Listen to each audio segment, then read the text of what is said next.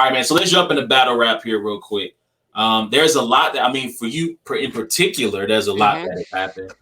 You've had 4 battles drop over the past couple of weeks. You've had you versus Arch, you versus Excel, you versus Polo, Ill Will battle dropped on RBE. A lot going on. You got this, not this weekend, next weekend. You touch a brand new platform. Correct. Yeah. Queen of the Ring, Panic Room 5 versus K Profit. Shout out to Debo, Babs, Vague, the whole team down there in Atlanta. So if you're in the Atlanta region, I believe that is open to the public, right? It is. It is. Yep. So get your tickets. They had just announced the main event. I think it was already known, but main event, Chrissy Yamaguchi versus Yoshi G. Go to Queen. I actually watched Chrissy versus C the Boss. It was a dope battle. I enjoyed it. Nice back and forth.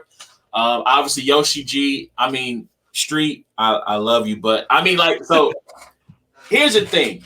Like, when you talk about odd couples, and you got Yoshi and Street, and like the back and forth between them on the stream that took place for West Coast Elites, like, it was cute. Like, that's too funny. I did not see it. Yeah, there's a joke to be made, but I won't make it. Anyway, but Yoshi G taking on Chrissy Yamaguchi, main event, Queen of the Ring, that's going down. Then you got 2 weeks later, you go to Philly again to battle on. Forgive me, I can't think of the Battle Academy. For some reason, Street Status was in my head. I'm like, this is like the Philly Street Status. Yeah. But Battle Academy, that goes down versus Shotgun Suge. So I mean, like, you are busy man right now. Indeed. How are you managing all this right now? I'm not. So I got to start writing for K Profit. No. Man.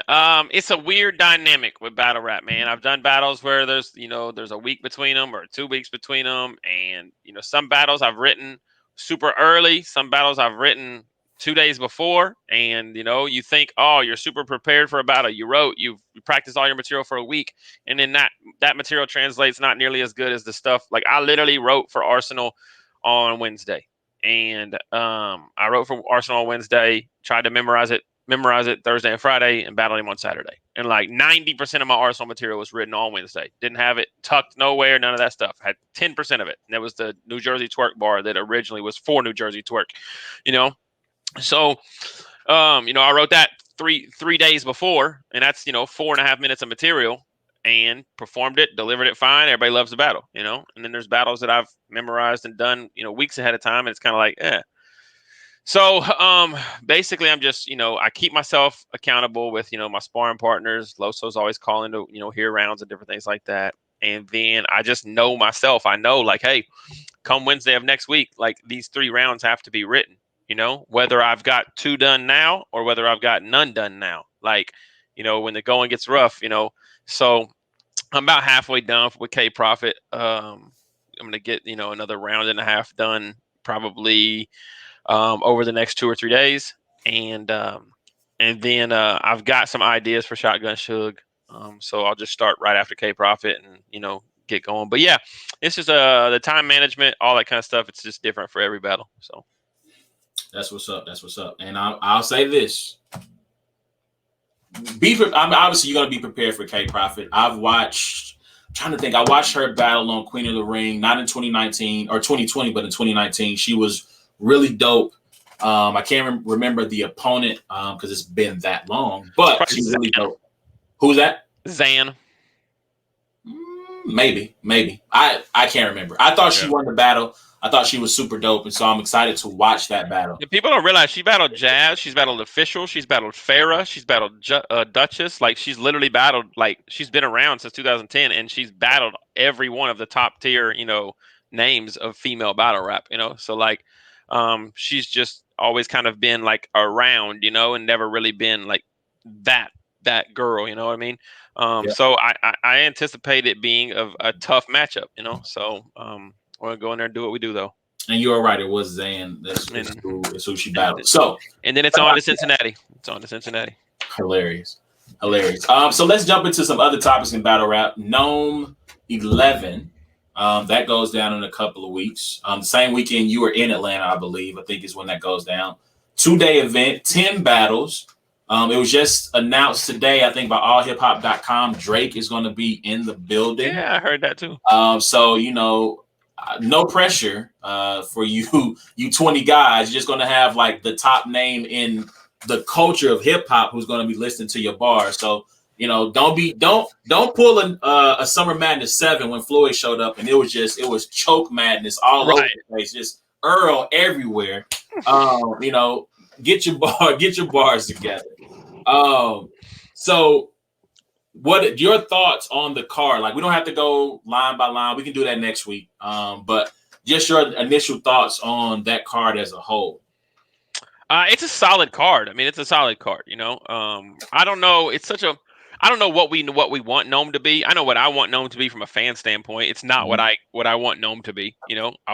I want K-Shine and Daylight. I want Loaded Lux and Daylight. K-Shine. I want these monster matchups from my Gnomes from a fan standpoint.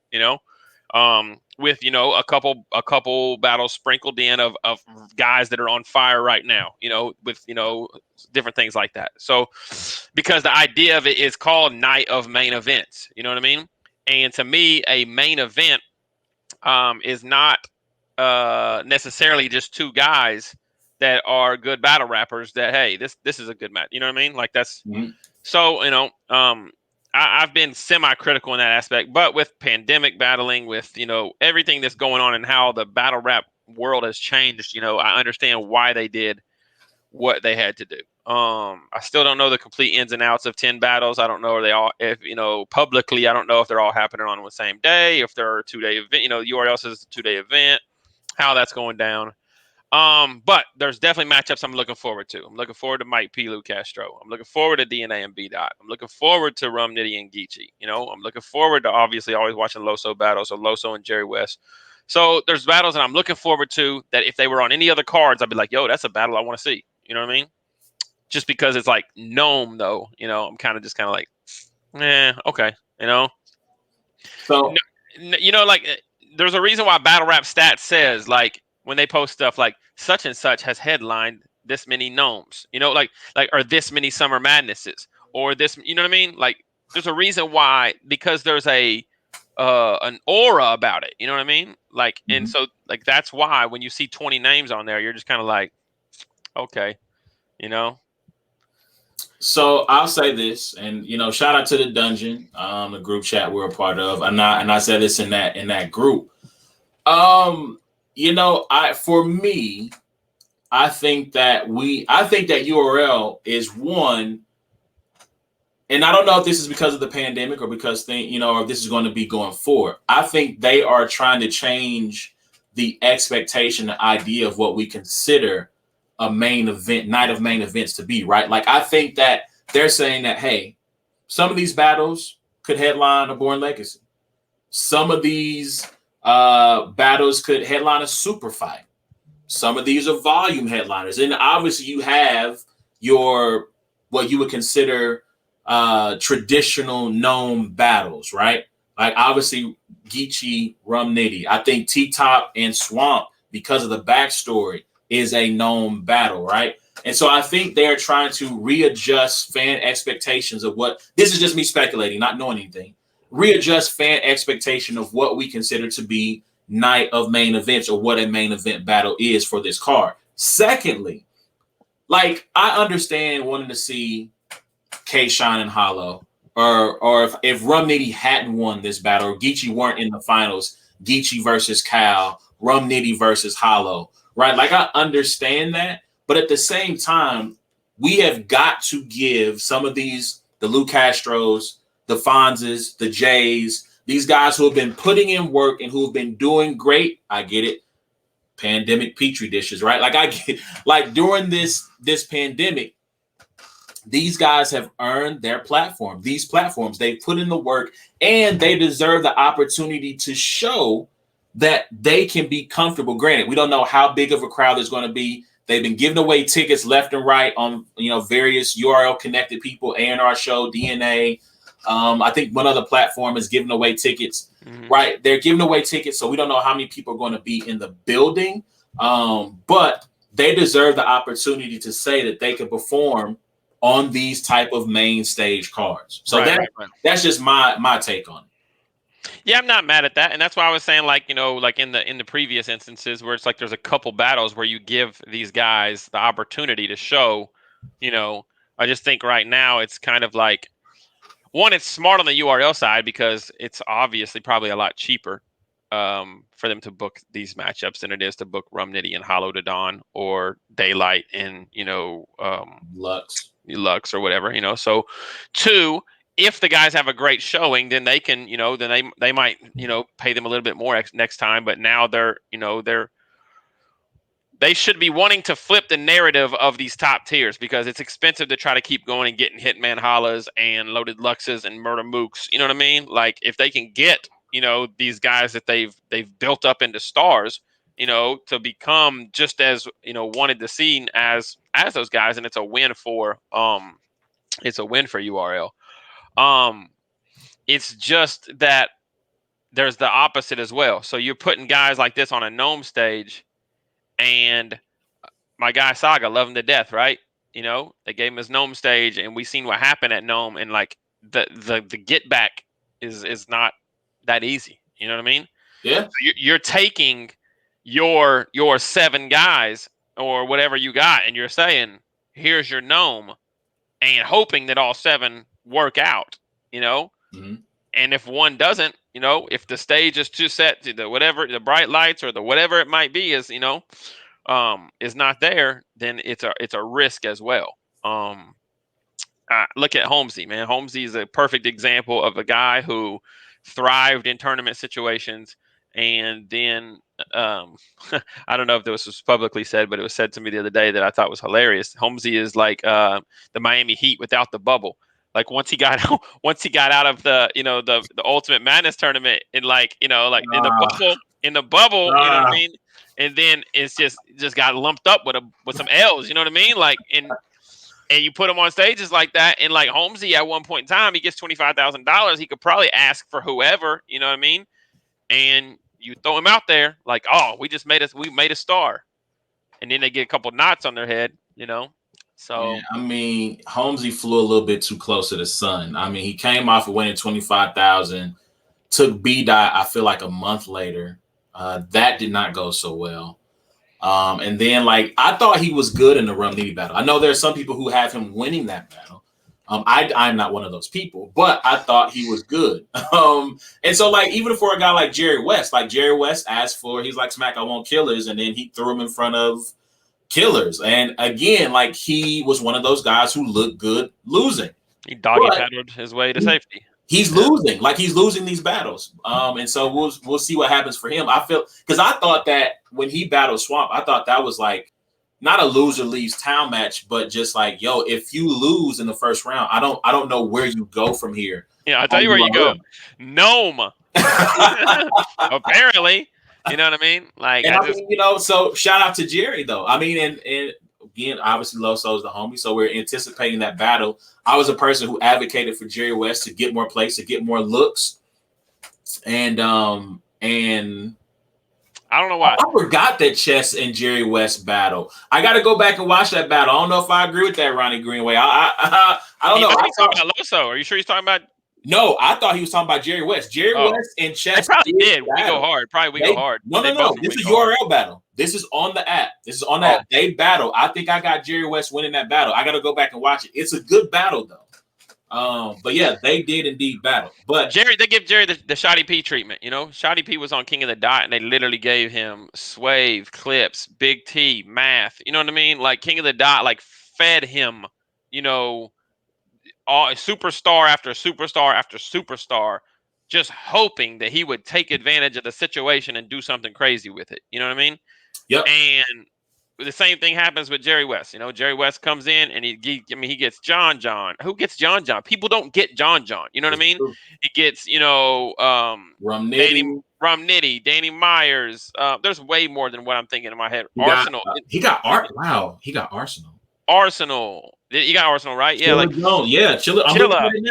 Like, listen, they're handing this dude, and like I said, bro, he never swam. He doggy paddled his way to getting a hold of the end and still being alive. You know what I mean? Right, he He kept floated. his I can't give him doggy paddle. Like, right. no disrespect. No disrespect. Respectfully. But no, I think he looked good losing. Like, I think he has rounds to go. That's a really good round. It wasn't enough, but it was a really good round. And Ronnie, you are right. It was Born Legacy 7 versus Chess. And again, I think I have Chess. I think I got Jerry West. I would have to go back and watch it, but I thought I had West in the moment winning that battle. Yeah. His app record, though, he's only 6-7 on the app, so only one game below 500. So I mean, you know, not bad. That is not bad at all. No, but now that you mentioned King of the Dot, let's segue there. We'll probably close the show there unless there's anything else that you think of. No. King of the Dot. I do want to mention Easy to Block Captain T-Rex. I'm excited to see that, the back and forth. There's probably not going to be a lot of quotables from it that I would, you know, as a writer, that is disrespect to both of them, but I don't mean it like that. They're a different type of battler.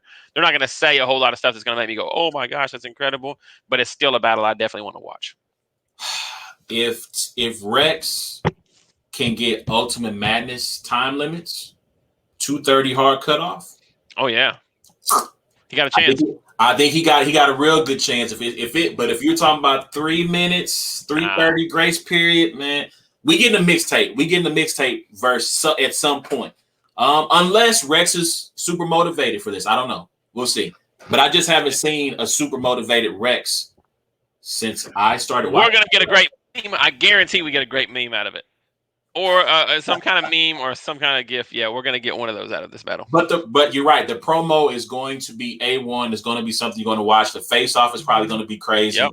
And so that is something to anticipate. But King of the Dot. King of the Dot, they announced their season of battle rap.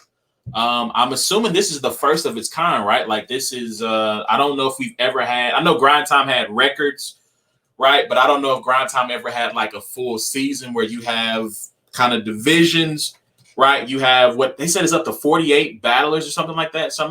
Yeah, so the way it works is there's 4 divisions with 12 battlers in each division.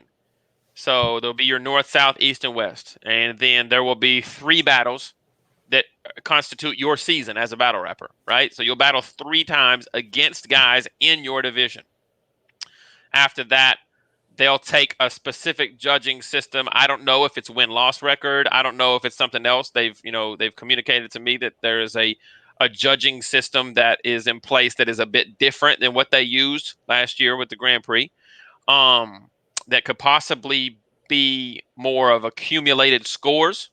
So there was a judging system that RBE used when Loso battled Daylight, right? And I believe they gave Daylight, judges had given Daylight 2 of the rounds, but he choked in the 3rd, so it was like a 10-7. You know what I mean? So they did an accumulative score type thing. And I don't know, like I said, I don't know for sure, but I think that King of the Dot they're trying to refine their judging situation. So you'll battle 3 times. At the end of everybody battling 3 times, the top 4 battlers from each division will advance. So that's the top 33%. So you'll take the top 4 guys from each division. Those 16 guys will advance into a Grand Prix tournament. You know, there's incentives along the way. There's probably going to be performance of the night. There's probably going to be all kinds of different random stuff, incentives. And then you'll have another Grand Prix Part 2. And the winner of all that will get $100,000. So I like that. So I think this is very innovative. Mm-hmm. Again, and you have a more extensive knowledge and history of battle rap than I do, so I don't think anything like this has ever been done. No, I don't think so. No. Not in this particular format. You have a full season. I think the season can create seedings. I think one of the things too, like in the Grand Prix, people were like, "Well, why did I get paired up against him? And why did I get? Was it just a randomized or whatever?" So, but even then, there's going to be somewhat of a randomized, of who you battle, in your 3 matches. I would love to see it if you have a seeding though. If it's 16 guys, right, and it's based off of whether it's record or whatever criteria they use to do it, I would love to see it. It's one, you get your one, set it up like almost NCAA March Madness, right? You're 1 and 2 on opposite sides of the bracket, 1 versus 16, 8 versus 9, 5, 12, 4, 13, so on and so forth. So I would love to see it set up in that way because again, like to me, when I went on my rant about, make wins matter again in battle rap and wanting to have judge battles, like I wanted to see something like that. I wanted to see, you put on Twitter, I'm 52-1, right? Or 53-1, or however you put it, right? To me, when you stand in front of an opponent and your record says, okay, in the Grand Prix, you went 2-1, or you went 3-0, or you went 0-3 and you didn't make it to the playoffs, to the Grand Prix. Like, to me, when you have those things that stick to you in that way, like, it to me would make you want to prepare, because no one wants to have a 0 next to their name. No one wants to be seen as a loser, right? Because that's essentially what it is, right? It's either win, you lose. There's no ties, Freeway. Right. So I think that the tough part about it is like, yeah, in a perfect world, that's what it is, right?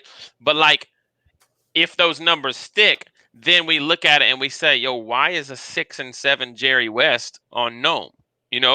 Like, oh, if Saga 5-10, he's 5-10 on the URL app. Man, that's like, is he a 5-10 battle rapper in our head when No, I don't feel, you know what I mean? So when those things stick like that, you say to yourself, well, we have the record to make you come and battle, at your highest every battle. I don't think Jerry West really takes battles off. I wouldn't say he's a guy that, just mails it in. And so that's the tough part about that whole judging thing. And that's the qualms that I have with it, because I said to somebody, bro, I have 10 battles on King of the Dot. If you look at them, you could probably say A Ward could possibly be 5-5, and the A Ward that has got wins stuck to his name, that is 5-5 on King of the Dot, is not making as much noise saying, yo, why is he not on URL? They're saying, you talking about the guy that's 500 on King of the Dot? Like, you know what I mean? That's the other dope thing about this, though, is the season itself, your 3 games, right? Your 3 matches, the battles are like 6 weeks to 8 weeks apart from each other. So you have ample time. So you have ample time to prove that you are worth being in the tournament. I don't know what the tournament, I don't know if the tournament's the 2-week turnaround like last time or what, but at this point you do have ample time to get back, schedule different things, you could probably still battle in between or whatever, but at the same time know that, you have your next battle maybe 2 months later. So. Yeah. And I'll say this, Organic, I don't know if you're going to watch this. But please, if possible, drop these battles on YouTube in the same year that they happen. I do think that when you talk about Champion of the Year, I do think that some people were hurt by the fact that who might have battled on King of the Dot. Obviously, I understand the finals of the Grand Prix didn't take place until 2021. There's nothing you can do about that. Right. But I do think that there were battlers in terms of Battle of the Year consideration. Round of the year, I feel like Clone had some crazy stuff on there. I feel like Eddie I and Excel was a dope battle. Like, I feel like there were, at least in terms of being able to shout out those guys for good performances or good battles or great years. I feel like there were battlers on there who deserved consideration and had. I'm assuming, right? I'm going to play an Angels advocate and assume that the people on the panel get a list of names and they're kind of going through their years, right? And if I'll use you, right? A Ward versus Mac Myron happened early part of the year, pandemic, super long year that felt like an 18-month year instead of a regular 12. And if they go, okay, A Ward in terms of fan voting was number 5, right? What was his resume? Mac Myron. Okay, Mac Myron. Who did I have in that battle? I had it as debatable. Okay, let me just kind of go back and watch. Right, even if I put it on 2 times speed, right, just to kind of speed it up and get through it as fast as possible, because there's a lot of different candidates. I'm hoping that the panelists are going back and revisiting some battles, not all, when determining who ranks where. If you don't drop those battles, then those King of the Dot guys who are already fighting an uphill battle because URL is seen as first in everybody's mind. They're putting on more events than everybody, so they're getting a chance to be seen more. You're kind of fighting an uphill battle from a perception standpoint, and then you're fighting an uphill battle because we can't go back and watch the content. So hopefully this stuff will obviously start on Twitch. Please go and support King of the Dot. watch it, live stream. When I say live stream, I mean not live stream like reproduce it while it's on the air, Right. but talk about it while it's happening. But hopefully, King of the Dot, you guys will drop this stuff onto YouTube so that it can be seen. Honestly, I would love for a King of the Dot app. I don't know what it would take to make that happen. A King of the Dot app where that stuff lives, I would support it. I would pay the monthly fee for it. So, I mean, that's all I got. Avocado's shooting it, so you know it's going to be great, man. And that's so Ruin Your Day and them are shooting the whole season and the whole, I mean, partner with them and support their Patreon. Yeah. I mean, that is what he's been doing with some of the Riot stuff and with some of the West Coast Elite stuff. I believe it goes on Patreon. If you're a supporter of Ruin Your Day's Patreon, then you're able to access that. At least do that. Yep. So then people are able to do it. Even if I don't know if he really does watch live anymore, but even if they could do something like that with certain great battles, just to go back and watch them live, to give them fans another chance to see the content. That's all I care about. Indeed, man. Indeed. All right, man. Well, that is our time, man. We've been on for about almost an hour and a half, so we appreciate everybody who's joined us. Please remember, you can find every episode of It's a Black and White Thing by going to the podcast app of your choice, searching for Brains and Bars or It's a Black and White Thing, and subscribing to that content. You can also find us. This episode will be on YouTube in a couple of days. Go to YouTube, search Brains and Bars, subscribe, rate, like, share. The more you share, the more people can get in tune with us. JC, yes, we'll make time when we come back next week. Definitely. I will continue to put the link out there. If you want to join us on the show, get some takes off, talk some battle rap, talk some sports, you're more than welcome to join us. I am award.com for everything that's going on right now. XL versus A-Ward, Polo versus A-Ward, Ill Will versus A-Ward, Arsenal versus A-Ward. I mean, he's everywhere right now, right? Like, I feel like at least once a quarter, there's like this Ward week where he is everywhere. Nine battles so far in 2021, man. They're all out too. So go check. We don't have a discussion about Cody because I got takes about Cody. I need to get off my chest. Right now, I was told I'm sixth. Sixth. I was told I'm sitting at sixth right now in a highly reputable sources, and they discussed it with other sources. So interesting. I had you 5, so in no particular order. I think my top 5: Cody, DNA, Danny, yourself. I had Rum Nitty, and I think Geechee Gotti. Like, I think that tournament wins, you can't overlook tournament wins. I think regardless of, although resume wise, I put that poll up on the Brains and Bars Twitter page, and I think it's still got a couple of days left to vote. Which Ultimate Madness tourney winner had the best resume? Geechee Gotti, of course, is winning. Fonz is going to lose that. He's not going to come close. However, I feel like Fonz had the most replay value.